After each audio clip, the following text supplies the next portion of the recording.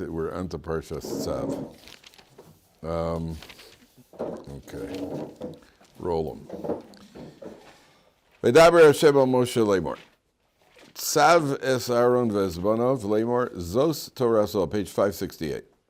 Zos torasa ola hi haola al mokda al hamizvech kol halayla ad haboker v'eish hamizvech tukad ba. All right, so it's the command of those torasa ola means that the laws of the ola, which is the burnt offering, totally burnt. And then the Torah says, Hiel al mokda, and you notice the word mokda, which is pyre. How does he translate? He translated it as flame. It's really the pyre, the flame, the pyre. And it's a small mem. It's a small mem, which the Torah appears as a small mem. And it burns all night till the morning. So we're going to get some repetition here. But the first thing is, you'll notice that Rashi says, take a look at Rashi, the first Rashi in the Parsha. Tzav es Aaron. Ein tzav el loshon ziruz. Tzav is a expression of alacrity. It's urging Aaron to take it, to be energetic about this. Miyad uledoros, immediately and through all generations. Amar Rabbi Shimon, biyoser tzarich hakosuv lezoros b'mokom sheyesh chisaron kis, where there's a financial loss, so the Torah needs you to do it with alacrity. Now, there's a lot of discussion on what Rashi means by a financial loss over here. The plain meaning is you're shechting somebody's animal over here. Do it right. This guy brought an animal, and some of the commentators say, well, as opposed to other offerings, there's nothing in it for the Kohen. If there's something in it for me, so I'm going to do it a little bit more energetically, but the ola is completely burnt. So the Kohen is essentially working and he's not getting any of the animal. When they bring a chatas, a sin offering, the Kohen eats some of it, which we'll see why. We'll see why that is. But at the end of the day, the Torah is telling you that there has to be a certain amount of energy. And the first thing Rashi says is immediately and through all ensuing generations. And what that means is that anytime we're talking about bringing the korban ola, and anything that you're going to be doing on a regular basis, there's always the risk that it's going to become stale. So the Torah says, do it with alacrity. Now you notice that there's a small mem. So one of the ideas over here, and this is one of the themes that I always come back to, and you guys know me well enough to know that this is one of my pet peeves, is the mem. We're talking about a fire. Right, you're talking about a fire over here, the fire of enthusiasm. And, the fire of enthusiasm should be kept small. You should be enthusiastic. You should have a fire of enthusiasm burning inside. You should have burning. We should be very enthusiastic about a Yiddishkeit, but nobody has to see it. I've learned to overcome. Blake and I were discussing this yesterday about when you should respond to somebody's arguing or somebody attacking. We were talking about that yesterday. There's also the rule that I like to go back to. You're in shul. We spend a lot of time in shul, guys. The shul's our second home, sometimes our first home, especially right around Erev Pesach, when you want to be out of your regular home as much as possible. But you spend a lot of time in shul. There's a lot of stuff that could happen in shul that could turn you on, that could irritate you. This guy, two guys are schmoozing in the back, and this guy davens too loud, and this guy opened the window. There's a lot that happens in a shul that could really. So my rule is, people ask, why should you say something? When should you say something? My rule is, if it affects you directly, like the guy's davening too loud next to you, and he's davening louder than he should be, and it's actually affecting your concentration, then you have a right to say something, but what you say should be pleasant. And as a rule in life, if you blame yourself, people are more than happy to cooperate. So if you say, guy, listen, I have trouble concentrating. I have a concentration problem. Maybe I could ask you to lower your voice just a little bit. As opposed to, you're davening too loud, buddy. That's only going to get a fight. Now, two guys are standing in the back of the shul talking. They're not. You can't hear them. You're bothered by the idea of what they're doing. As a rule, it's not our place to go say anything, because then you spend your whole life talking, criticizing, and we have got our own flaws, right? If the principle is bothering us, let the principle go. If it's something practically that's bothering you, So then you have a right to say something, but even then it's got to be done pleasantly as opposed to lashing out. So yesterday at Mincha I was davening Mincha, and there's a kid davening. I daven out of the siddur. I don't keep my eyes closed. I daven out of the siddur. Once in a while I'll close my eyes, but I find I concentrate better by looking at the words. So there's a kid davening next to me, and he was shaking back and forth, and he was wearing long tzitzis and a long jacket. He was a Hasidic kid, and his tzitzis and jacket were making noise because he was shaking. They were hitting his legs, making an irritating noise, and he was obviously enjoying it. He was kind of seeing how much noise he can make as he was doing it. And I had to overcome the urge. It wasn't easy. I had to overcome the urge to shush him. And the what do you call it? And I found that sometimes I'm better off. I'm better off doing that. I'm better off working on myself to overcome the urge of saying something. That's more important for me than my davening is to work on my own natural desire to go shushing people. Right, because that's much harder. That's a much harder avoda. I saw a guy lose it in shul. There's always a guy who loses it in shul once in a while. A guy lost it on Purim because I write it towards the end of Purim. This guy's got some issues anyway, but right towards the end of Purim, some kids came in. They were still semi-drunk from Purim, and they're making noise. And this guy just went wild. He went off on them. He was yelling and raging like a bull about they ruined his mincha, and he was going off. And I just wanted to go over to the guy. And again, I had to overcome this incredible, overwhelming urge to go over to the guy and say to him, I don't know about your kavan at mincha, but the Gemara says somebody gets angry, it's as if he's worshiping idols. So I don't know if the exchange is worth it. And I had to overcome my urge to do that. So the flame of enthusiasm, the small mem, number one, is that the flame of enthusiasm should be kind of restrained. Now, if you look further in the Torah, take a look at Parshas Kedoshim, because we're going to see another mem. This is very interesting. Take a look at Parshas Kedoshim, where it says, Tamim tiyeh Hashem Elokecha. Where is it? I didn't look. I don't remember where it is. Where it talks about not. Rabbi, what if someone explodes on you?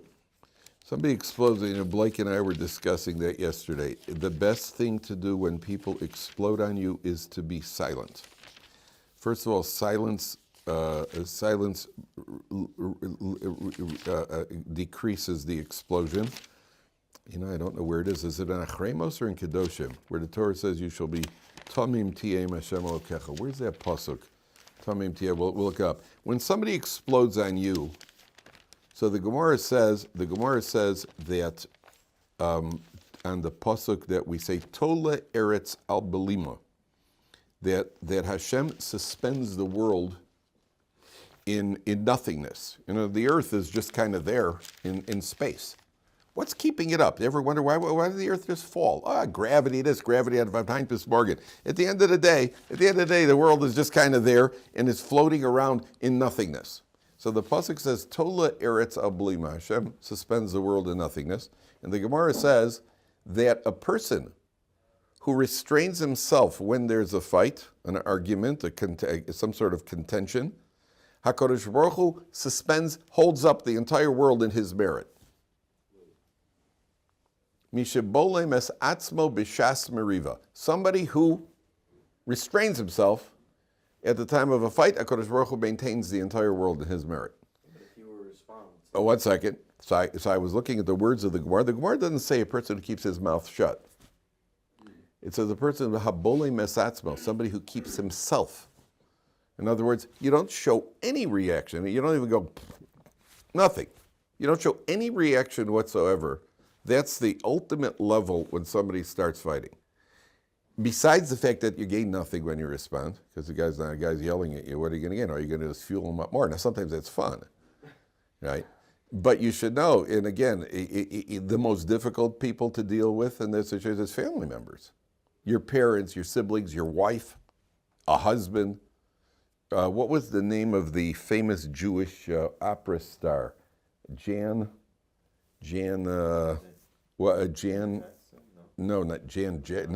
Jackson was not Jewish and not opera and not a star. Jan Pierce was a famous opera star. and I think it was Jan Pierce.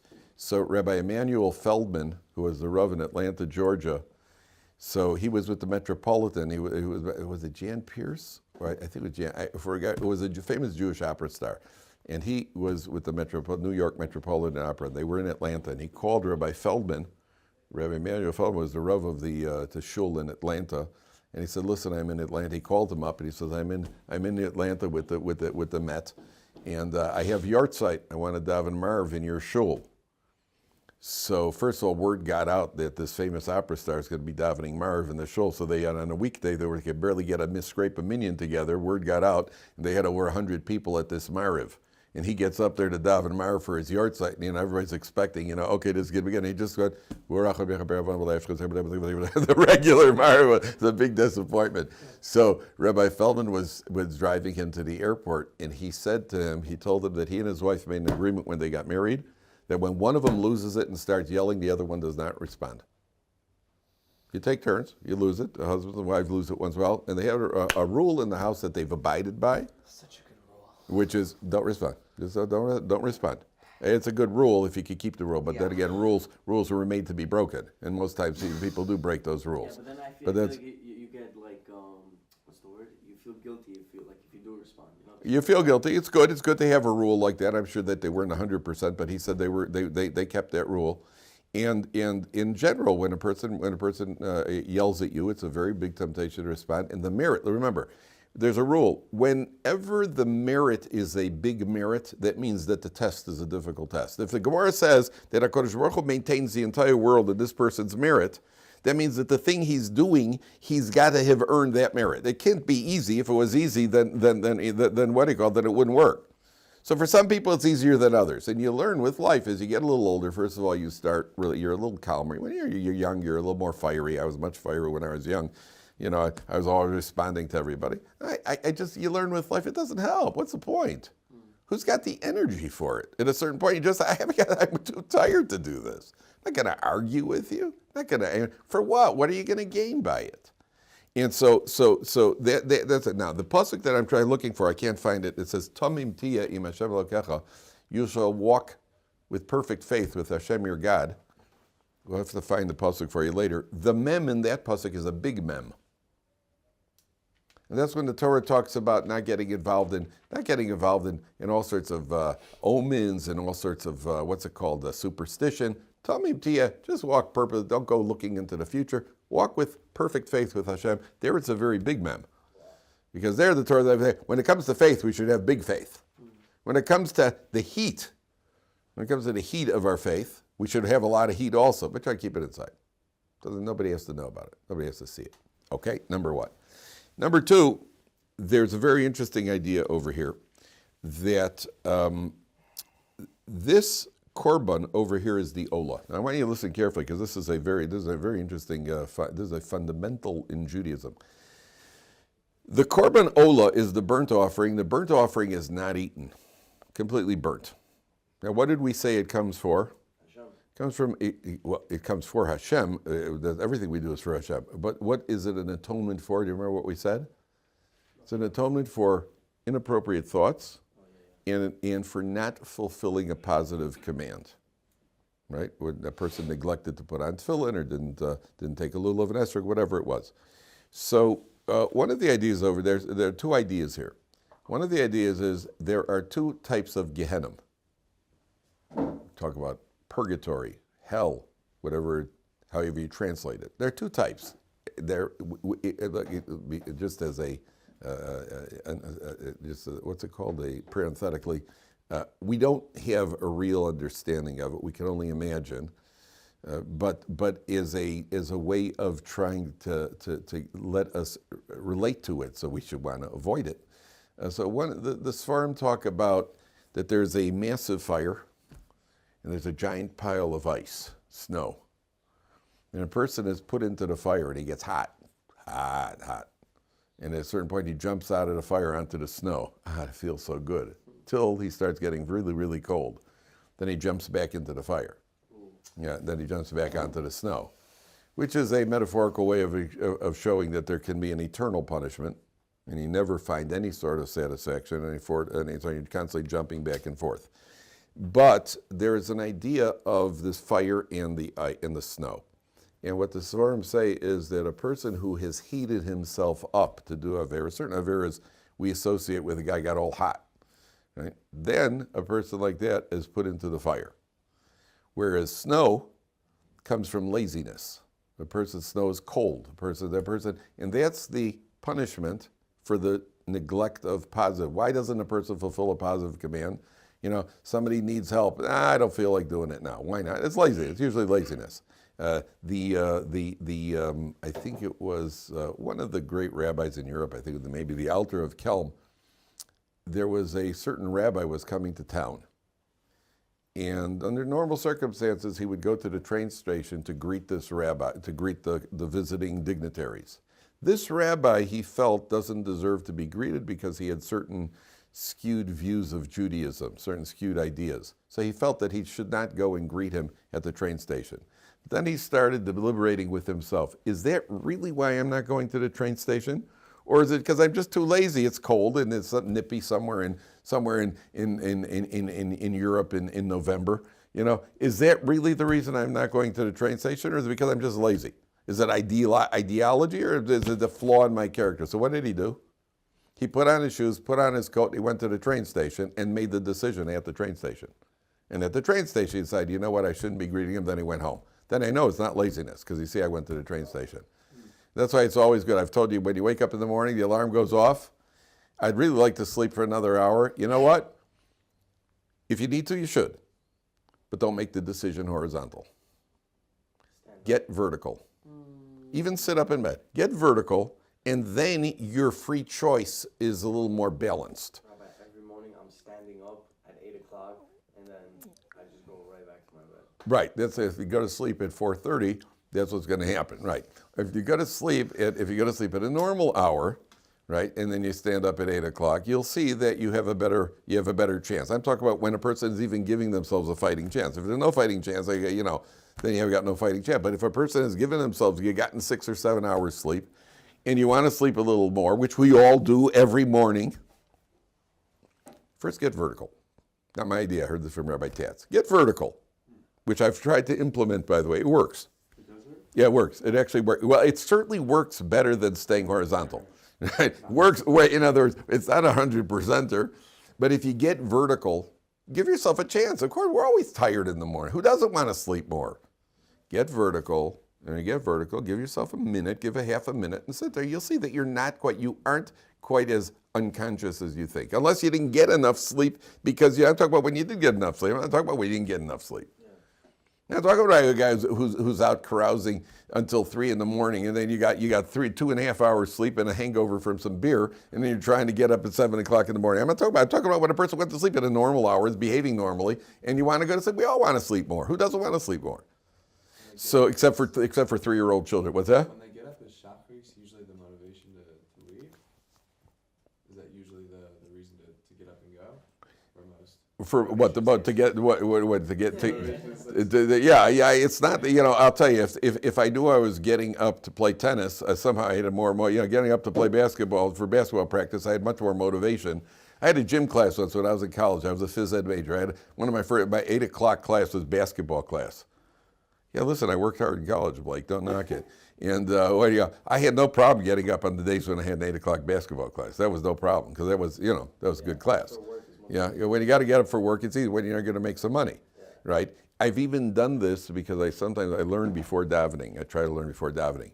And I found that when I've decided that in the morning before davening, I'm going to learn something difficult, I have a little more trouble getting out of bed. When I'm learning something that I really enjoy, then I actually I'm much more eager to get out of bed. It's a balance. It's a balance. If you knew you were going to get $100 for getting out of bed in time, I guarantee you'd be up and down. No problem. Wide awake. No. A lot of it is motivation. A lot of sleep is motivation. There was a president of the United States who slept 4 hours a night. Bill Clinton slept 4 hours a night. So they asked him, why do you only sleep so little? He said, because when I'm sleeping, I'm not the president. And apparently it's fun to be president. You get to bomb things, places, make decisions, tell people what to do. Make money. right? And not inhale marijuana. You get all sorts of fun things when you're the president. They don't get it. You didn't get that? Bill Clinton was accused of smoking marijuana. He said somehow they found out that he smoked marijuana in college. And so the fool, instead of saying, you're right, I did, so did everybody else, and you did probably too. Instead of saying that, he said, I did, but I didn't inhale. Right. That's the dumbest thing. Either lie and say you didn't, or say you did because everybody else did. But to go and say something which we all know you're lying about, what sense did that make? Of all the dumb things that anybody, and he was a smart guy, what did he go do? So a lot of it has to do with motivation.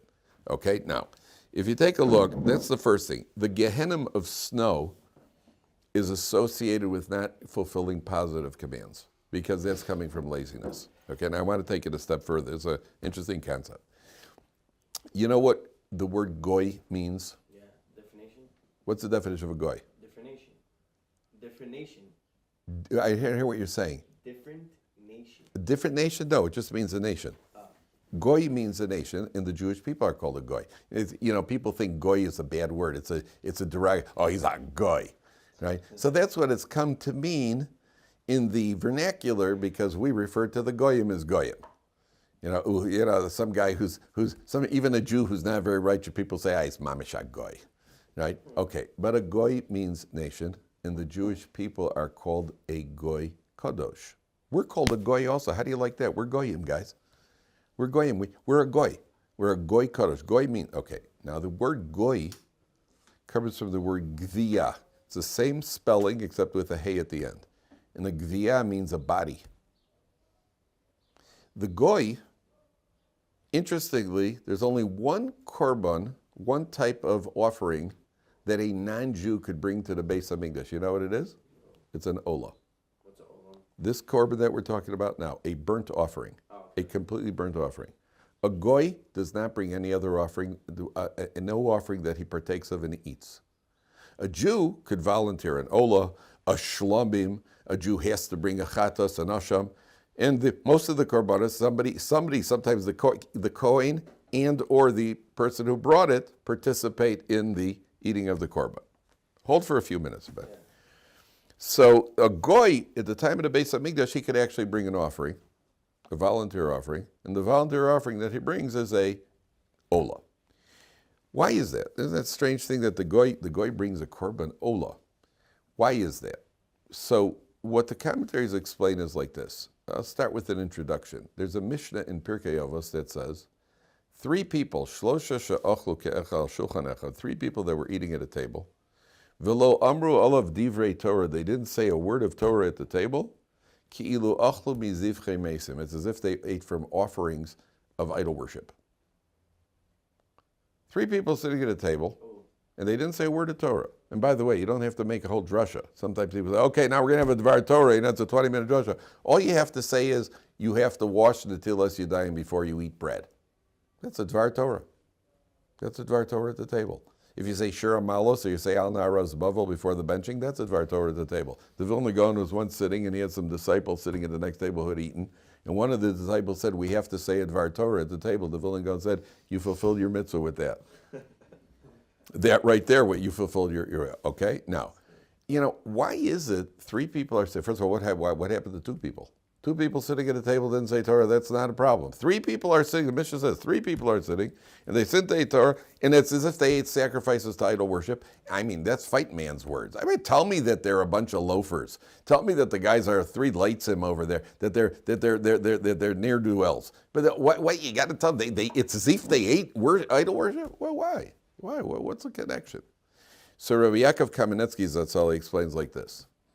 In the non-Jewish world, if you think about other religion, by the Egyptians, for example, they had a group of people who were the priests. And Paro couldn't understand Moshe Rabbeinu insisting that all the Jewish people leave to serve Hashem. Remember we spoke about that? Paro says, what do kids and women and children you have to do is serving Hashem? And what do you call it? By the non-Jews, you got the Catholic priests, for example. Try not to laugh. You have the Catholic priests. And the Catholic priests, They take a vow of celibacy, and they're completely separated from all worldly pursuits, theoretically. Right? Why? Because in their mind, that's religion. If you're involved in the physical, that has nothing to do with religion. We say the opposite. Every aspect of our life has to do with serving Hashem. Whether it's eating, whether it's other physical pursuits, we're sitting on Shabbos eating cholt, and that's pretty physical. That's why we're serving Hashem. So what happens is, in the non-Jewish mind, if 3 Jews are sitting at a table and you don't say any Torah at the table, you're making a statement. Your statement is, this has nothing to do with serving Hashem. That means you're buying into the idol worship, into the pagan ideology. That's why it's if you've eaten idol worship food. Because we're making a declaration. Our table right now has nothing to do with religion. That is foreign to Judaism. You're making a statement. You're buying into the pagan ideology. Whereas by the pagans, it is the ideology. Therefore, the goy who brings an offering, he cannot relate to the idea that you're going to bring a sacrifice and you're also going to eat it as part of the service of Hashem. He's not going to eat as part of the service to Hashem. He's going to eat because with the point that he eats, this has nothing to do with serving Hashem. He has to bring an olah. Because the goy understands that the olah, a burnt offering, a sacrifice, yeah, that I understand. It's all completely consumed. I'm not going to eat it, because if he starts eating it, he's going to be eating it that, okay, now I'm out of the religious realm now. Whereas when the Jew brings a korban chatas, or a Jew brings a shlamim, or a korban toda, whatever a Jew brings, when he eats it, he realizes that eating is also part of the ritual, of the religious ritual. And therefore, the olah is something that's limited. The goy is limited to bringing a korban olah. What were we going to ask, Bensy? My name is Israel, sorry. Israel, sorry. Are they bringing the korban are they burning it at their home and then bringing it there? No. This is all brought in the base of Mikdash. They bring it to the base of Mikdash, the Mishkan, the base of all the stuff is done there. To the contrary, if you do it at home, that's called shchutei chutz. You've shechted it outside of the area, and it's got all sorts of negative ramifications. It's an invalid korban, completely invalid. And if you bring it into the Beis Hamikdash area, then that's another transgression, and so on and so forth. They bring in a live animal. They bring the live animal to the Beis Hamikdash. You bring the live animal to the Beis Hamikdash, and you give it over. Either you shecht it or the Kohen shechts it. Then they bring it on, take it away. But yes, absolutely alive. And we'll see about the live animal in a second. Okay. What's that? Right, but if he's coming to the Beis Hamikdash, he doesn't shecht it in the Beis Hamikdash. Okay. In Pasuk Gimel, it says, "V'lavash hakohen mido bad." The Kohen wears a garment. Umichtes a bad yovashev v'soro, and then is the first ritual of the day. Vehirim es hadeshen asher tochal ha'esh es ha'ola al mizbech v'samo etz al mizbech. The Kohen takes the ashes. He takes a pan full of ashes, and you see what they were burning the limbs and the meat all night on the mizbech. So you ended up with a massive pile of ashes from the burnt meat that was on the altar. And the bigger the pile, the more honorable it is, because it shows that there were a lot of korbanos that were brought. So the Kohen in the morning would go up to the altar, take a pan, scoop out ashes, coals and ashes, and he would take it and would place it on the floor of the Mishkan, or the Beis Hamikdash, and it would supernaturally get absorbed into the ground, into the floor. Supernaturally, these ashes would be absorbed. So the first idea here is that the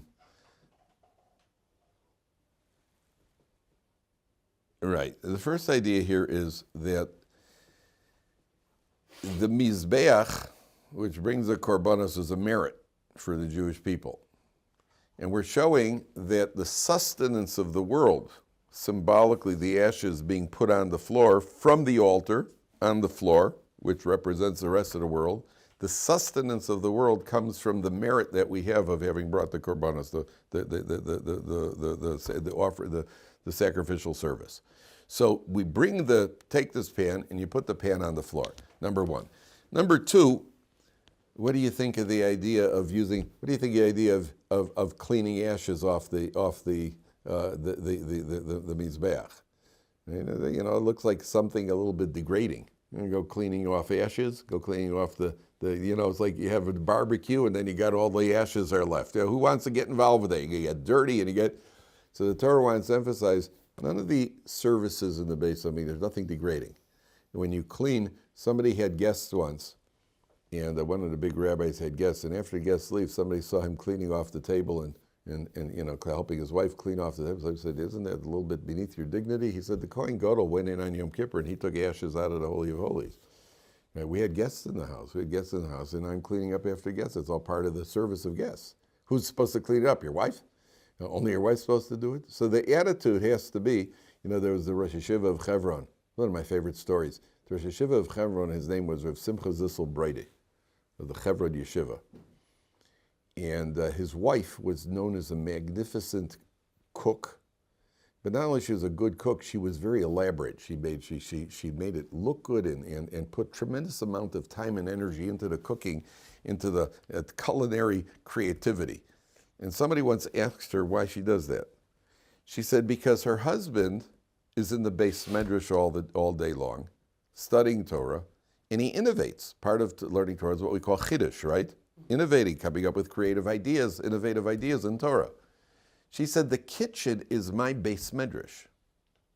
I have to be, my husband's creative in his Beis Medrash, I have to be creative in my Beis Medrash. That means a woman, I once read a nutrition book written by a Jewish woman who was intermarried, and she was talking about how if you train your kids from an early age to their cooking and you get into the kitchen, I remember the line she used, then you could retire from routine kitchen duty by the time they're 10 years old. And the attitude of routine kitchen duty, that feeding your family, that a woman feeds her family as routine kitchen duty, right, is a completely antithetical attitude. Where our attitude is a woman who's cooking for a family is doing chesed 24 hours a day. And what they used to say that the army marches on their stomach. Right? You build a family on their stomach. The kids are eating mommy's food, and husband's eating his wife's food. That's all part of the ceremony. That's how you build a relationship. A wife cooks a meal, serves it to her husband, and a husband sits down to eat. You're not eating just because you're hungry. You're eating to show your wife how pleased you are with her cooking. And she gets her satisfaction as watching you eat. Where my heart is mitzvah, by the way. You know, very challenging mitzvah. You know, I'll take a second portion just for the sake of making her feel good because I'm a tzaddik. And that's how you build a relationship. That's how you build a relationship with your kids. Kid comes home and has a hot meal from his mother. That's how you build a family. So she calls it routine kitchen. So the Torah is telling you, your attitude should be you're taking ashes off of the mizbeach. That's part of the service also.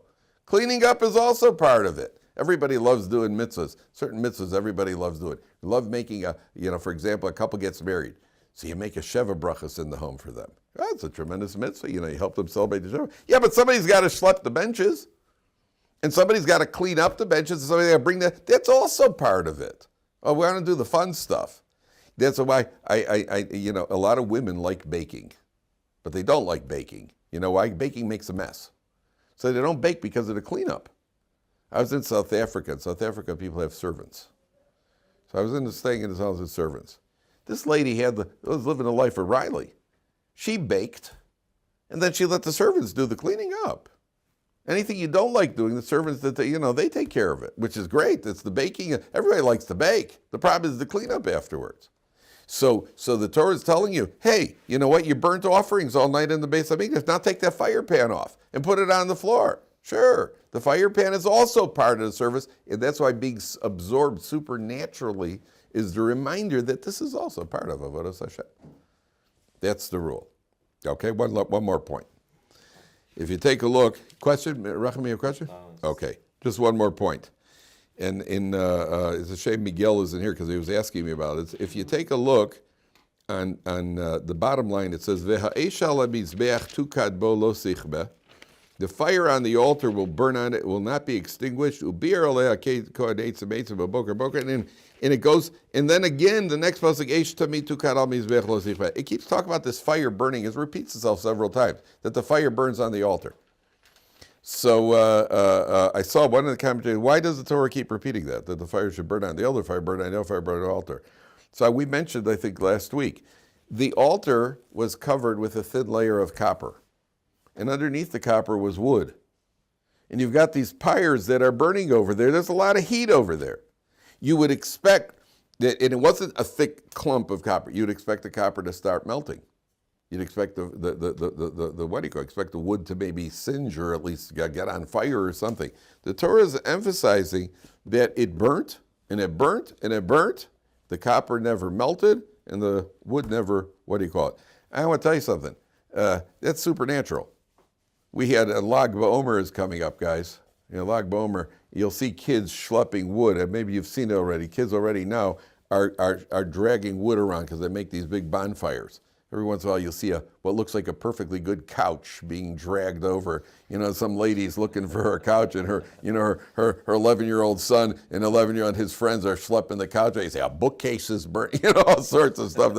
So we had one year, they made a pyre outside my house. In Israel they have these, the window, they don't have curtains. What's the tris called? You lower it, with the strap, the what's it called? Like a gate. I don't know. Yeah, you lower that thing comes out. So they did one, and it melted it melted some of our trees. See, my upstairs neighbors were ruined totally. The fire was so close. By the next year, I went up to the upstairs neighbor. I said, "Would you like to get your tree melted?" Because they had to replace it. The Rav of the neighborhood. I said to his wife, "Do you want your tree melted again this year?" She goes, "No." So we convinced they were kind of difficult people to deal with, but we convinced them to move their fire, because the fire melts stuff. Yeah, fire melts stuff. So here you have copper, and the fire burnt, according to one account, for 116 straight years. 39 in the main. They make a whole cheshbon, 39 in the main burn. And yet the copper and the wood never melt. That's what the Torah is. Never melt. That's what the Torah is emphasizing. All right.